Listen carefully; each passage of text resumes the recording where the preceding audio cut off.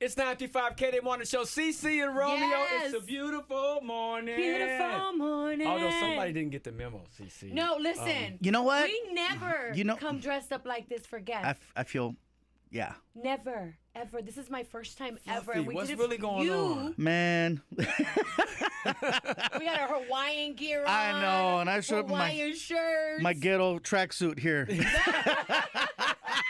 Welcome to the KDAY Morning Show, man. Good morning. Thank you for pulling up. We appreciate that. I'm looking at a man. We're looking at a man that's about to make history. Gabriel Iglesias, a.k.a. Fluffy, I'm so proud of you. You are making history, dude. Come on. Thank you. What does that feel like? It feels amazing. It's very surreal because it hasn't happened yet. So it's like we're just talking about it and talking about it and talking about it. And like, is it really going to happen? Is it really going to happen? Yeah. And then, of course, I'm always looking at the ticket counts and stuff like that. I'm like, are people going to show up? What's going to happen? And yeah, it's But the first comedian to ever perform at this iconic venue. And besides that, let me just take a little moment and be proud because Latino at that. Do you feel like there's a lot of pressure on you right now? Oh, yeah, there is. Yeah, Mexican at Dodger Stadium. Not since Fernando Valenzuela has a Mexican felt that much pressure in that building. I know you're going to hit a home run to perform, you know, so... May 7th is definitely going down. That's the day, right? May 7th? Yes, Mother's Day weekend, Cinco de Mayo weekend, all the weekends wrapped up in one. So, yeah, I'm pretty jazzed about it, talking about it. I got to say this real quick. I just want to thank you. And you like, what the hell are you thanking me for? During the pandemic, right, because we did radio show, we do news shows. So by the time I go home, Sirius XM, I'm just listening to comedy because I need to let go. But I've learned so much about you and your son and your family. Like, I really feel like I know you because I'm so embedded in a lot of your work, man. So I just want to say thank you for getting me through those times. It meant a lot. Thank you. Yeah. My son kind of wishes I would not talk about him so much. Man, but how do you feel about you know, that, someone has to take one for the team, for the greater good. He's taking a lot. What you say? When you come home, Pops, come on. Yeah, can't feel bad about him, man. Once you see his car, you're like, nah, he's good. He's all right. Good. I think one of my favorite ones, I think you guys are moving to the movie theater and you got pulled over. But your name was on the front of the car? I still have that car. You still have it? I have a Ford Flex with Fluffy written across the hood. Oh, my God. Because he didn't have a front license plate on the car, and that's why they pulled you over. Yeah, no front plate. Well, California, you know, you got to have the front plate. And so the guy stopped me, and he's like, you know, you got to have your front plate.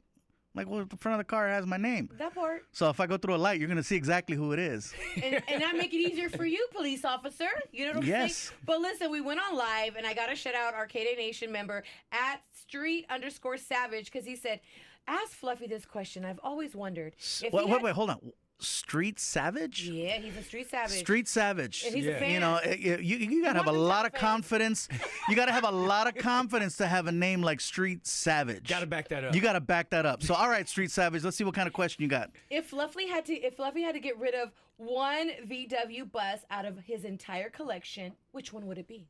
It would probably be one that's still at the restoration shop that hasn't been fixed up yet. Don't finish it yet, so I won't fall in love with it. Yeah, right? If I got to get rid of one, it's one that I don't have yet. So, I mean, what does that count up to now for you? About 30. No. 30. I know. Everybody's like, why so many cars? I'm like, you know, I don't do cocaine, so I had to spend the money somewhere. So with the insurance payments on those cars, that's what I want to know. Jeez. Umbrella. What is it called? An umbrella account where it covers all of them. So. So how excited are you, Fluffy? Just talk to us about it, like just to be on stage, and it's the Dodger Stadium, and it's Los Angeles. I'm a little nervous for the technical part, not for the show. Mm-hmm. You know, I've done the announcement at home plate where it is now time for Dodger baseball, and when you talk into the mic and you hear the delay, that messes with me. So I'm hoping that the sound system is, you know, I'm gonna have to wear those Bono earphones. I was gonna ask, did you have those in-ears, you know, for the show? No, I totally agree because remember that time we were on stage and we couldn't hear, and we had to like plan it and read each other's lips. Like they could hear out front, but we couldn't hear each other. You didn't have the monitors, Yeah, the monitors got to be on point. Oh my God, yeah, it was like this. Yeah, the first time I did the national anthem at Dodger Stadium, they're like, you're not gonna have a monitor, but please don't get caught up in what comes back and hit you like 5 seconds later. So you really have to like lock into where you're at and not listen to otherwise you repeat yourself. But yeah, it worked out fine. But we're talking about that's the only part that I'm nervous about. I'm not nervous about the performance. You know, the shows are going really well. Awesome. I'm just worried about the technical. You know, that's a lot of light. That's a lot of sound. That's a lot of people. Well, they're gonna make sure you sound good, look good. It's your third episode. Your third episode? Third Netflix special. But you know, it's you know, we're spending money in the right places, hopefully.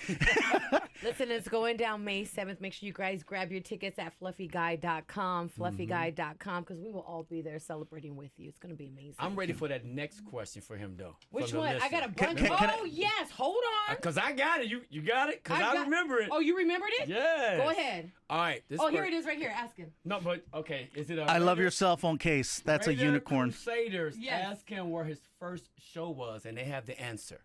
What was your very, very first show at? My first show that I got paid for, or just first show, period? They just said ask him where his first show was. They gave us the answer. Yeah. That would be the Golden Sales in Long Beach. Oh, he said answer Fox Theater in Bakersfield. See, he's wrong. Oh, wow! Raider Crusader, you're wrong.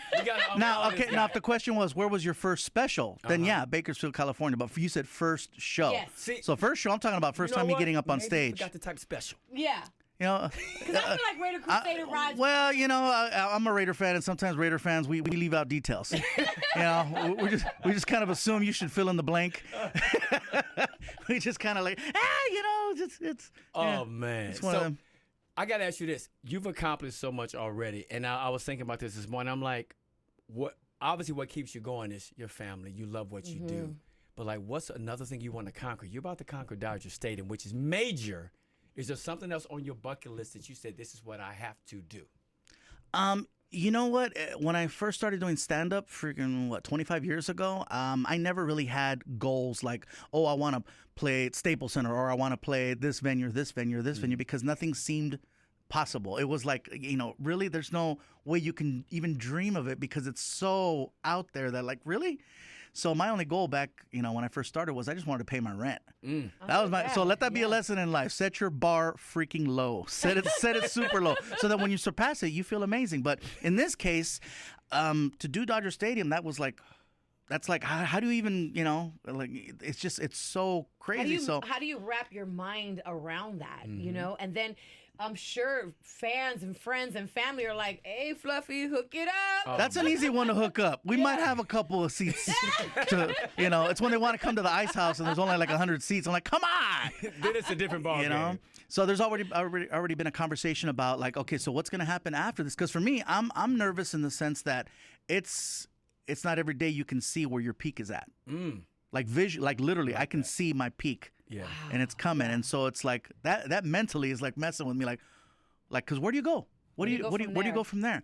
We're already having conversations about well maybe we'll do Texas Stadium in Dallas. And I'm like, no. That's 100,000 seats there. That's a tad bigger, you know. And then of course, you know, there's more people going into space. Like maybe I'll get to tell a joke in space. Hey, maybe, you know, I don't think I'll pass the physical. But then again, you know, SpaceX is a little bit, you know, lax.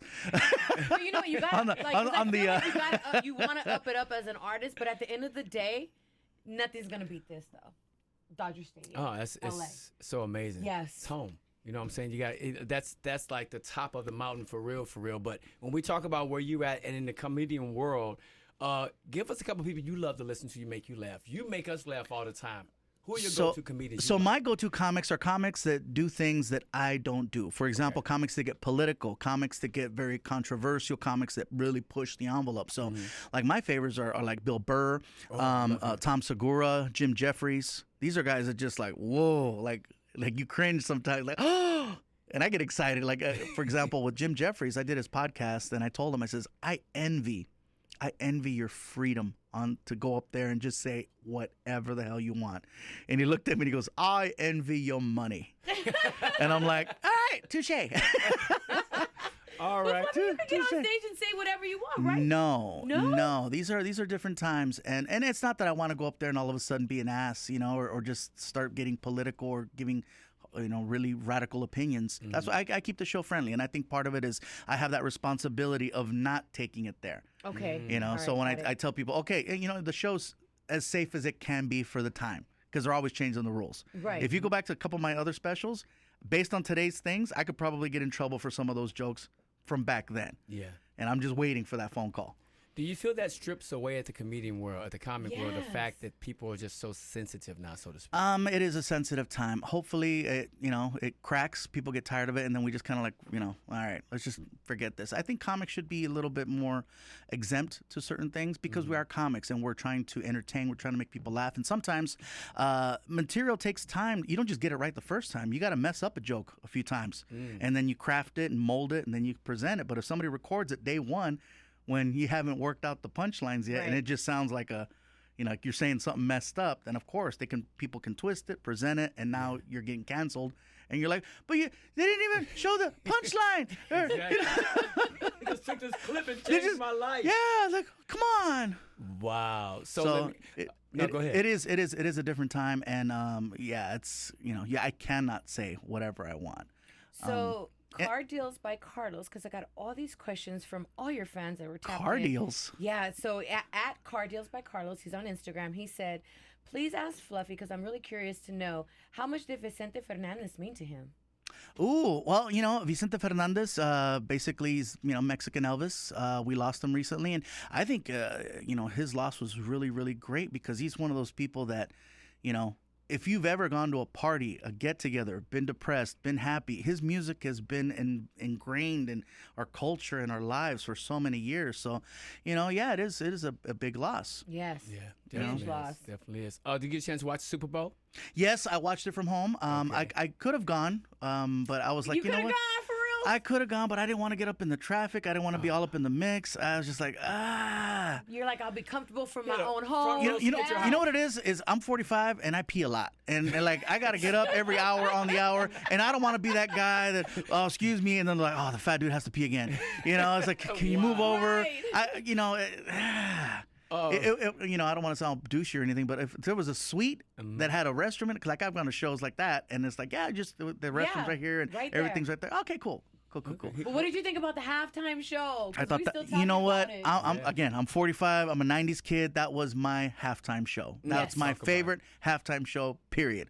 It's all like every single, like I'm right there, mouthing the words of, like, because sometimes I'll have concerts and shows and I don't know what the song is or whatever. But this one, it's like, this is mine. You knew it front to this back. is mine. Yeah, it was super LA with the Randy's Donuts and the tabs. All of that. Oh my God. Watch and then for the Rams to win it? Yeah.